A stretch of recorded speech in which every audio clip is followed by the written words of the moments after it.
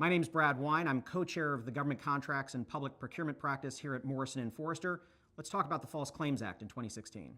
2016 was another record-setting year in the United States for False Claims Act recoveries. According to the Department of Justice, the United States recovered roughly $4.7 billion in recoveries, up from $3.5 billion the year before.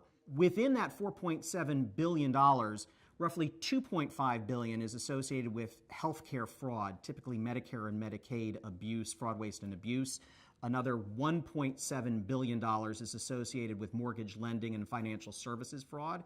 And the remaining roughly $500 million is associated with federal programs, primarily federal government contracting.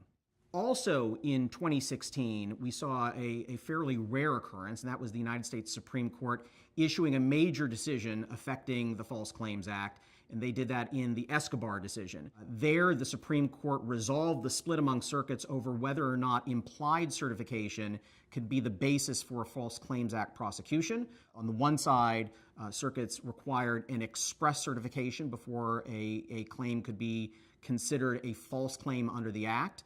Another portion of the country felt that implied certification was sufficient to meet that pleading requirement. The Supreme Court found that implied certification was a sufficient basis to allow a case to go forward, with one important caveat, and that is that the implicit certification has to be material to the contract.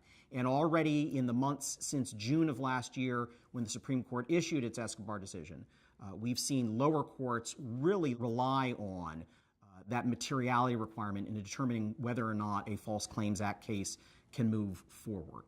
So what does all this mean for 2017 and beyond? We can expect that the new administration will be spending a lot of money on federal programs, whether it's in the defense sector or homeland security.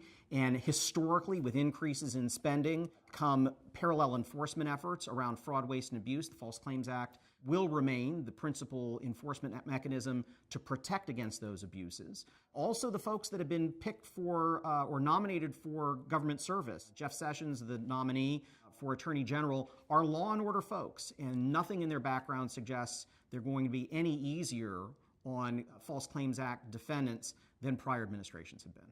For recent developments on government contracting and public procurement, come to the Government Contracts Insights blog at govcon.mofo.com.